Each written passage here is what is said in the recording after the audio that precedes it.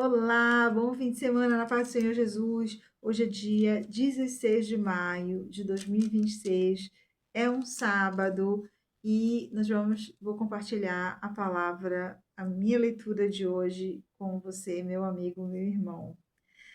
Vamos começar a orar? Obrigada, Senhor, antes de tudo, reconhecer que nós não merecemos essa posição tão graciosa e maravilhosa. Apenas estamos aqui porque o Senhor é amor e se entregou naquela cruz por nós. E é somente pelo nome de Jesus e pela intercessão dele que nós adentramos o seu trono de graça e pedimos, Senhor, fala conosco, nos ensina, nos consola, nos corrige para a glória do seu nome. Amém. A leitura de hoje está no Evangelho segundo João, capítulo 1, dos versículos 6 ao 13. Então, bora lá. Houve um homem enviado por Deus, cujo nome era João Batista. Okay? Este veio como testemunha para que testificasse a respeito da luz, a fim de todos virem a crer por intermédio dele. Ele não era a luz, mas veio para testificar da luz. Amém? Então aqui a gente já tem um grande ensinamento. O Senhor, o nosso Deus, ele é poderoso, né? Jesus disse que se os homens não clamassem, até as pedras clamariam, né? Deus pode fazer tudo, porque ele é todo poderoso, mas ele usa a homens, como usou João e como quer usar a nós, para divulgação do seu evangelho, para proclamação do seu evangelho, para testemunha dele. Então, Jesus mesmo disse: ninguém acende, vocês são a luz do mundo e o sal da terra. Ninguém acende uma luz e esconde. As luzes, quando são acesas, elas devem ficar no velador e devem clarear todo o ambiente. Vocês são o sal da terra e devem salgar. Se o sal se tornar insípido, para nada serve. Então, Deus é soberano, é maravilhoso, pode todas as coisas, mas há um propósito dele na nossa vida, e a nossa vida, o propósito dele na nossa vida é que nós possamos testemunhar, falar das maravilhas do seu nome, proclamar o seu evangelho, a verdade descrita na sua palavra. É por isso que eu estou aqui, é por isso que as igrejas têm portas abertas para proclamar as verdades do evangelho do Senhor. O Senhor usa a nós, homens. E não é só quando nós estamos dentro da igreja. A luz, ela é posta no velador e ela clareia todo o ambiente. Ela deve ser em todos os lugares onde nós estejamos. Não é possível um cristão convertido, como nós falamos, tem um termo que nós falamos, agente secreto. Ninguém sabe que é cristão, ninguém sabe. Né? Não é possível porque ao nosso redor, próximo a nós, sempre vão acontecer coisas de que nós podemos declarar e testemunhar. Se você não tem muita oportunidade, testemunha, aproveita uma oportunidade para dar um testemunho. Tenho certeza que são muitas as manifestações do Senhor na sua vida, são na minha. Tem por menos oportunidade ainda, pelo menos declara o nome de Jesus enquanto tu podes, meu irmão. Enquanto tu podes declarar o nome de Jesus. Abençoa alguém em nome de Jesus. Fala o nome de Jesus. Jesus é um nome poderoso. É um nome poderoso. A minha própria conversão, a pessoa que eu considero minha mãe na fé, ela falou Jesus tão baixinho. Ela falou, por que tu não vais procurar Jesus? Tão baixinho. Mas quando ela falou o nome Jesus, foi como se ela tivesse gritado no meu entendimento. Então, nós somos chamados, Deus usa homens como nós para testificar. A saber, a verdadeira luz que, vindo ao mundo, ilumina a todo homem. Jesus ilumina todo homem. Todo homem que por ele passar, que a ele receber, é iluminado. E ele ilumina todo homem. O Verbo estava no mundo, o mundo foi feito por intermédio dele, mas o mundo não o conheceu. Ele estava na criação do mundo. Jesus é Deus. Deus Pai, Deus Filho, Deus Espírito Santo. Deus Criador, Deus Salvador, Deus Consolador. Ele estava lá na criação de todas as coisas. E ele veio ao mundo como homem para nos redimir dos nossos pecados. E o mundo não o conheceu. Por que nós dizemos o mundo não? Por que João declara que o mundo não o conheceu? Não é? Porque, meus irmãos, infelizmente, a maioria, Jesus mesmo disse, entrai pela porta estreita, larga é a porta que conduz à perdição. Se você anda em caminhos de portas de perdição, você não pode dizer que você o recebeu, não é? Você não pode dizer que você o conheceu. Quem é que tem sede de conhecer o Senhor? Nenhum de nós vai chegar à perfeição, nenhum de nós vai chegar à perfeição. Todos nós somos miseráveis pecadores diante do Senhor. Mas nós devemos ter sede de conhecer o Senhor, de conhecer, de ter uma experiência cada vez maior com Ele. Ele é tão maravilhoso, é um Deus tão presente e perfeito. Veio ao mundo, mas o mundo não o conheceu. Veio para o que era seu e os seus não o receberam.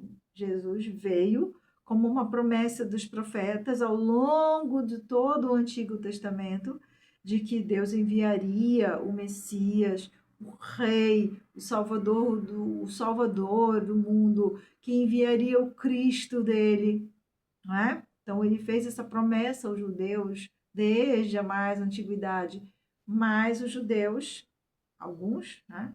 Alguns sim, graças a Deus, mas pode-se dizer que a maioria ainda continua esperando a vinda desse Messias, desse Cristo. Mas o Senhor, ele já veio. Mas a todos quanto o receberam, deu-lhes o poder de serem feitos filhos de Deus, a saber, aos que creem no seu nome. Porém, a todos quantos o receberam, todos aqueles que receberam o seu sacrifício santo e maravilhoso naquela cruz, o Senhor deu-lhes o poder de serem feitos filhos de Deus. Nós adentramos o trono da glória do Senhor como filhos, filhos de Deus. Então, daqui nós sabemos que nem todos são filhos, não é?